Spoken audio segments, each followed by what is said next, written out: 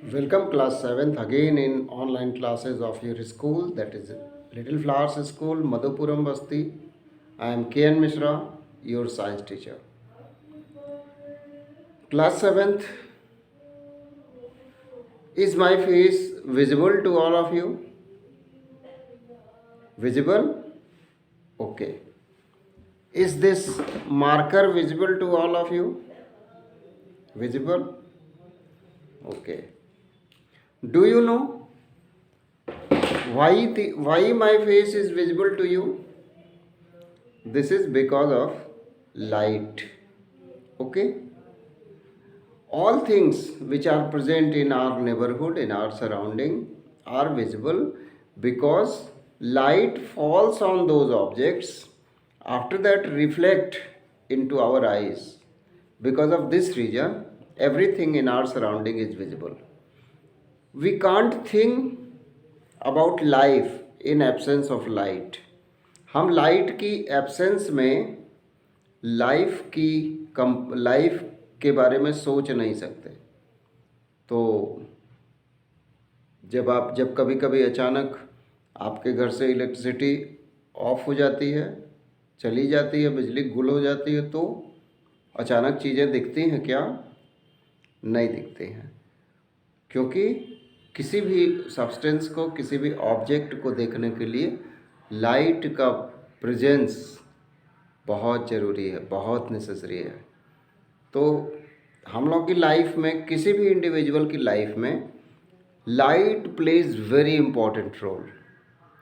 So students, it is very essential to get knowledge about this light. ठीक है, आपको पता है कि सन जो है वो लाइट का अल्टीमेट सोर्स है इस अर्थ पे। The sun is the ultimate source of light. और सन की लाइट में हीट भी होती है और विजिबिलिटी भी होती है, ये दोनों चीज़ें होती हैं। तो स्टूडेंट्स, लाइट के बारे में कुछ और भी चीज़ें जानी जाएं, जानना ज़रूरी है कि नहीं ज़रूरी है? इज़ इट एसेंशियल और not essential? Yes Yadav, essential. It is very essential, it is very necessary to know about light in detail. Okay, Soni Srivastava. Okay, so students, I am going to tell you about very interesting thing regarding light. So students, our chapter is light. We have completed electricity. Light, chapter number 15. Open in your book chapter number 15, light. Start करें ये नया chapter आपके syllabus का। Okay, open page number 213 in your book. In this chapter we will study about rectilinear propagation of light, about reflection of light, and we will study about spherical mirrors and lenses, refraction of light and dispersion of light. इन सारी चीज़ों के बारे में हम आपको बताएंगे इस chapter में। और टुमारो, कल क्या है? Class 7th Aditi Soni, do you know which date is tomorrow? Tomorrow is 25th। और क्या करना है 25th को? आपको अपनी CW कॉपीज साइंस की स्कूल में लानी है चेकिंग के लिए। तो जो 2 चैप्टर हम पढ़ा चुके हैं आपको, वो 2 चैप्टर्स कंप्लीट होने चाहिए। बुक और कॉपी दोनों कल आप हमारे पास सबमिट करेंगे चेकिंग के लिए। Okay, now come to light. Students, every morning as we wake up and open our eyes, we see the colorful world all around us. जैसे ही मॉर्निंग में आप सो के उठती हैं आदिति सोनी, तो तुरंत आप लोग क्या करते हैं? इस वर्ल्ड को, अपने चारों तरफ के एटमॉस्फेयर को, अपने चारों तरफ की नेचुरल ब्यूटी को देखते हैं। और रात में जब सो जाते हैं तो डार्क रहता है, तब तो ये ब्यूटी दिखती नहीं है। ब्यूटी दिखती है, लेकिन आपको अपने रूम की ब्यूटी दिखती है। जो आपका बेडरूम है, जहाँ आप सोते हैं, जो आपका स्टडी रूम है, उस स्टडी रूम की ब्यूटी को आप देखते हैं नाइट में। किस चीज़ की प्रेजेंस में? बल्ब की लाइट की प्रेजेंस में। जबकि डे टाइम में आपको अपनी सराउंडिंग्स के सारे ऑब्जेक्ट्स विजिबल होते हैं। आपके सराउंडिंग में जो नेचर की ब्यूटी है वो विजिबल होती है, और वो होती है ड्यू टू सनलाइट। तो हम लोग सनलाइट के बारे में भी जानेंगे, लेकिन देखते हैं आपकी बुक क्या कह रही है। How does this happen? हम कैसे ऑब्जर्व कर पाते हैं, कैसे किसी ऑब्जेक्ट को हम देख पाते हैं? There are certain luminous objects which give out light on their own, and there are various objects present in our surrounding which don't have their own light. तो बहुत सारे ऑब्जेक्ट्स हमारी सराउंडिंग में हैं, इस स्पेस में हैं, जिनके पास अपनी पर्सनल लाइट होती है। वो लाइट एमिट करते हैं। आपने जुगनू को देखा है? आपकी बुक में जुगनू लिखा हुआ है, JUGNU। उसको इंग्लिश में वैसे बोलते हैं फायर फ्लाई। ओके, देखा है? सबने देखा है आप लोगों ने? तो वो अपनी लाइट एमिट करता है, उसके भीतर बल्ब थोड़ा ही लगा है, अपनी लाइट एमिट करता है। ठीक ऐसे ही सुबह जब आप सो कर उठते हैं तो सन को देखते हैं, तो सन के पास भी अपनी लाइट होती है। तो objects which are having their own light, they are called luminous object. उनको ल्यूमिनस बोलते हैं, जिनके पास अपनी लाइट हो। अब ये ल्यूमिनस ऑब्जेक्ट्स दो तरह के होते हैं, एक नेचुरल ल्यूमिनस ऑब्जेक्ट्स होते हैं और दूसरे मैन मेड ल्यूमिनस ऑब्जेक्ट्स होते हैं। नेचुरल ल्यूमिनस ऑब्जेक्ट का मतलब हो गया सन, स्टार्स, और वो फायरफ्लाई, अभी को बात हुई है जुगनू की। तो all these are natural luminant objects. अब कुछ मैन मेड ल्यूमिनेंट ऑब्जेक्ट्स हैं, जैसे ये बल्ब, जिसकी वजह से हम विजिबल हो रहे हैं आप सभी को, ये मैन मेड है। आपकी मोबाइल का टॉर्च, ये मैन मेड ल्यूमिनस ऑब्जेक्ट्स हैं। तो हम लोग ये जाने कि हमारी सराउंडिंग में दो तरह के ऑब्जेक्ट्स हैं, luminous and non luminous. Luminous objects are those which are having their own personal light and they used to emit that light, like firefly, like sun, like bulb. All these are luminant objects, and there are various objects present in our surrounding which don't have their own light. तब फिर वो दिखते कैसे हैं जब उनके पास light नहीं है? लाइट जब उनके उन ऑब्जेक्ट्स पे पड़ के रिफ्लेक्ट होकर हमारी आईज में पड़ती है, तब वो ऑब्जेक्ट्स हमको विजिबल होते हैं। ठीक है? तो these luminous objects are of two types. Number one, those who are having naturally, they are having their own light, they are known as natural luminant objects. And second one, man-made luminant objects, like bulb, like mobile light, etc., like candle also. Now, do you know how light travels from the object from which it shines? What are the things that stop light from traveling, and what things it can shine through? To answer these, let us study some interesting aspects of light. We can say that light is a form of energy which causes the sensation of vision when it reaches our eyes. तो light क्या है? Causes sensation of vision. हमको vision की sensation देता है ये light. और sun की लाइट के बारे में कहा गया है कि सन की लाइट जो है वो रेज के फॉर्म में नहीं, छोटे छोटे एनर्जी पैकेट्स के फॉर्म में सन की लाइट अर्थ पे आती है। उन एनर्जी पैकेट्स को हम बोलते हैं फोटॉन्स। Photons, PHOTONS। फोटॉन्स का मतलब होता है एनर्जी पैकेट्स।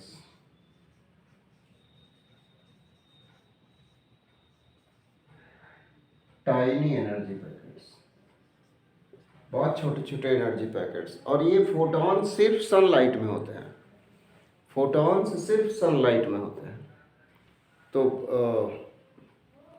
इसीलिए सन की लाइट को कहा गया है कि सन की लाइट में हीट भी होती है और विजिबिलिटी का सेंसेशन भी होता है। हीट का भी सेंसेशन हमको मिलता है सन की लाइट में, और विजिबिलिटी का सेंसेशन तो मिलता ही है।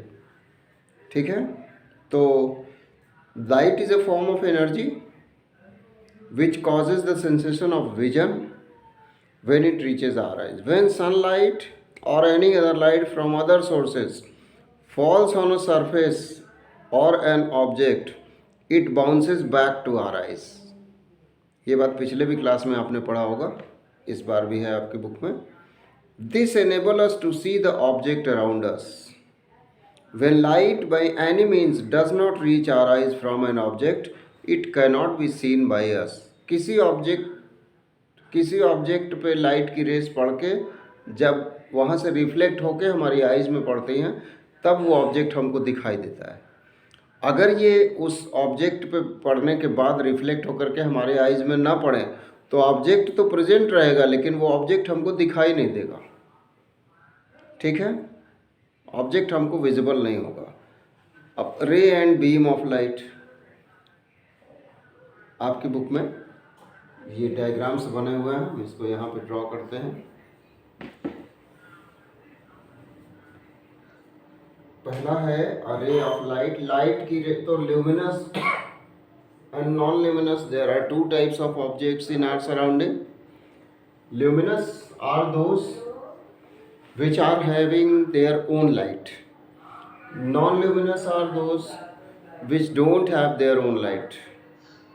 अब लाइट की रेस को हम कॉपी में या बुक में ऐसे ड्रॉ करते हैं, तो इसको बोलेंगे अ रे ऑफ लाइट। ये लाइट की रे। अब अगर हमको बीम दिखानी है लाइट की, तो हमको ऐसे ये हो जाएगी पैरेलल बीम, इसको बोलते हैं पैरेलल बीम ऑफ लाइट। अब ये सारी जो जितने भी हमने इस पे ड्रॉ किए हैं, ये लाइन एक दूसरे के पैरेलल है, इसलिए इसको हम बोलेंगे parallel beam of light. Okay, तीसरा ये कन्वर्जिंग इसको बोलते हैं।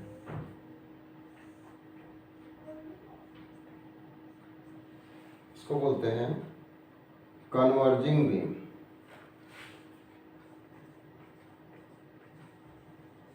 कन्वर्जिंग बीम ऑफ लाइट सब में जोड़ दीजिए, कन्वर्जिंग बीम ऑफ लाइट, और इसी का अपोजिट करेंगे तो वो आपका हो जाएगा डाइवर्जिंग बीम। डाइवर्जिंग को कैसे ड्रॉ करेंगे, इसी का अपोजिट इधर करते हैं, ये डाइवर्जिंग बीम है लाइट की।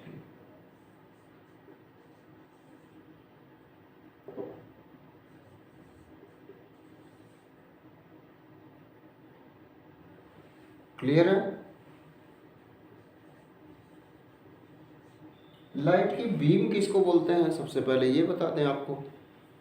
जब लाइट की कई रेज, लाइट की केवल सिंगल रे कभी नहीं ट्रेवल करती है किसी मीडियम में, तो लाइट की ढेर सारी rays, a bunch of light rays use to travel in our surrounding in a medium. तो जब कई सारी रेज एक साथ ट्रेवल करें लाइट की, तब इसको बोलते हैं बीम। ये बीम है, और लाइट की रेज हमेशा बीम में ही ट्रेवल करती हैं। लाइट की रेज कभी भी अलोन नहीं ट्रेवल करती। ओके, ये आपकी बुक में पेज 213 पे ड्रॉ किया हुआ है आपके समझने के लिए। यहाँ पे हम आपको बता दें, ये हमने सिंगल रे ड्रॉ की है लाइट की, सिंगल रे। ये हमने मल्टीपल रेज ड्रॉ किए हैं और ये एक दूसरे के पैरेलल हैं, इसलिए इसको बोलेंगे पैरेलल बीम। कई हैं इसलिए बीम बोलेंगे, एक दूसरे के पैरेलल हैं इसलिए इसको हम पैरेलल बीम बोलेंगे। और ये कन्वर्जिंग बीम है। कन्वर्जिंग और डाइवर्जिंग दो तरह की ये बीम होती है लाइट की। कन्वर्जिंग का मतलब हुआ लाइट जा तो रही है, लेकिन एक पॉइंट पे आके सारी रेज आपस में मिल जा रही हैं। ये कन्वर्जिंग हुआ। और इसी का अपोजिट ये होता है डाइवर्जिंग। एक पॉइंट, लाइट का सोर्स एक पॉइंट सोर्स होता है, उस पॉइंट सोर्स से लाइट की बीम्स निकलती हैं और वो डाइवर्ज हो जाती हैं, स्प्रेड हो जाती हैं, इसको बोलते हैं diverging. I think all of you well understood about these different types of beams, light beams. Okay, now come to materials. As you have studied in your previous class that there are three kinds of materials in our surrounding. Number one, transparent materials होते हैं, transparent materials. तो एक तरह के material transparent होते हैं, किसको बोलते हैं transparent? Those substances which allows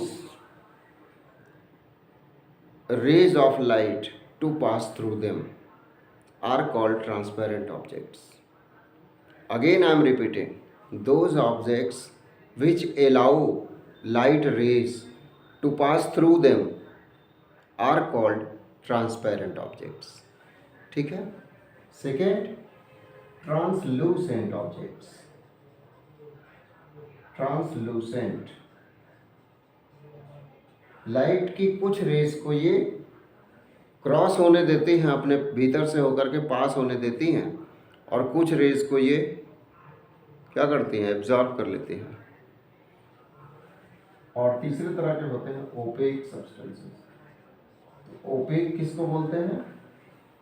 those objects which either absorb or reflect, bounce back all the rays of light are known as opaque substances. आपकी बुक में लिखा हुआ है transparent, permitting the passage of light in such a way that an object can be clearly seen through the substance. For example, clear glass. Glass देखा है आपने? वो glass का बना हुआ ग्लास, स्टेनलेस स्टील का ग्लास नहीं, कांच के ग्लास की बात कर रहे हैं। तो जो कांच का ग्लास होता है, ग्लास का बना हुआ, वो ट्रांसपेरेंट होता है। उसके दूसरी तरफ अगर हम कोई ऑब्जेक्ट रखें तो वो ऑब्जेक्ट हम ग्लास की इस साइड से देख सकते हैं, विजिबल होता है। तो ऐसे ऑब्जेक्ट्स को बोलते हैं हम ट्रांसपेरेंट। ट्रांसपेरेंट के और सारे एग्जांपल्स हैं, जैसे वाटर है। वाटर, तो वाटर की एक फिल्म आपकी आइज़ के सामने हो तो हम वाटर के उस तरफ भी देख सकते हैं, क्रॉस करके उस तरफ के ऑब्जेक्ट्स को भी देख सकते हैं। तो वाटर भी है, thin film of water. Air भी है, एयर के थ्रू हम ऑब्जेक्ट्स को देख लेते हैं। ये हमारा जो स्पेक्टिकल है, इस स्पेक्टिकल का ग्लास भी है, ये भी ट्रांसपेरेंट है, तभी हम आप लोगों को देख रहे हैं। ठीक है, तो ये हुए transparent objects. Rectilinear propagation of light is next topic in your book, rectilinear propagation of light. What do mean by rectilinear propagation students? rectilinear propagation.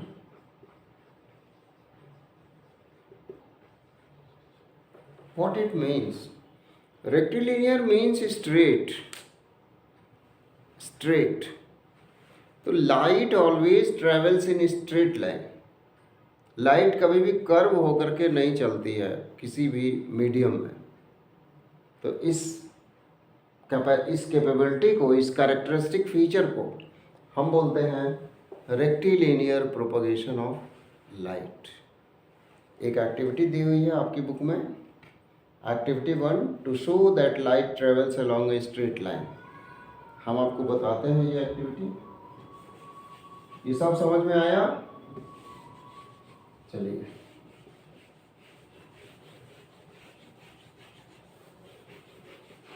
to show that light rays always travels in a straight line, we need some objects, like we need a candle,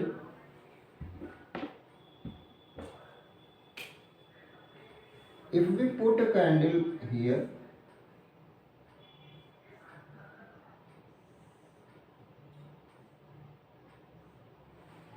and एनलिट it, इसको जला देते हैं, एनलिट it.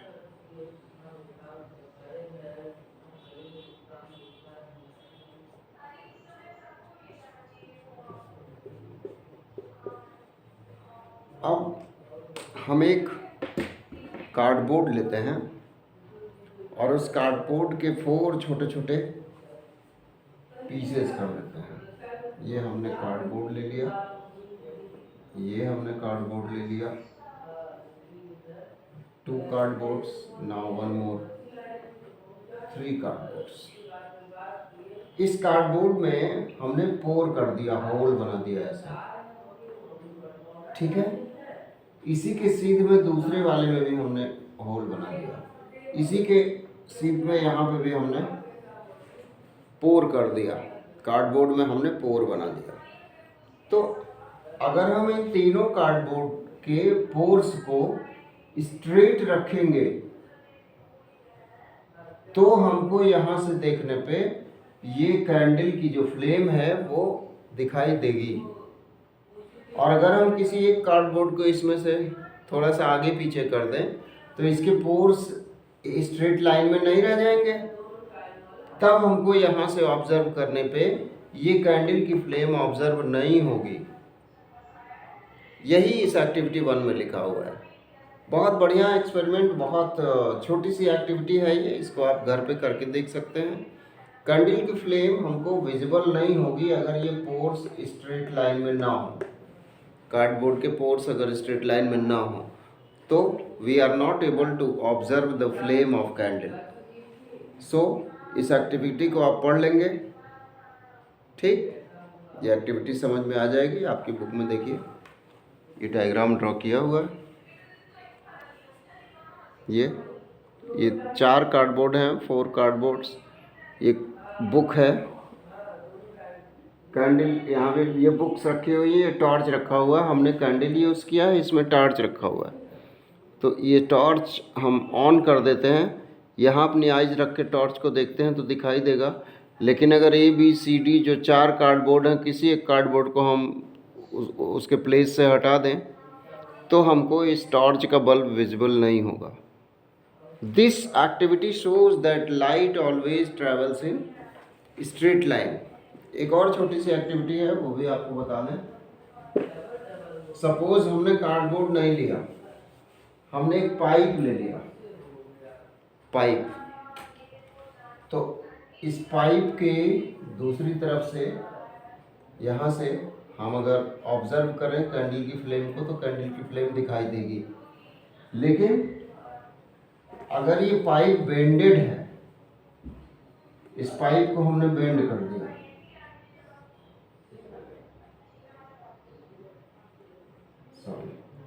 इस pipe को हमने bend कर दिया,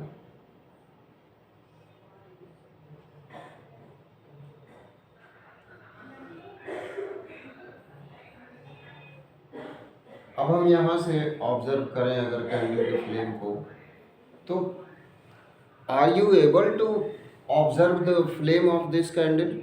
no, you are not able to observe the flame of candle. Why?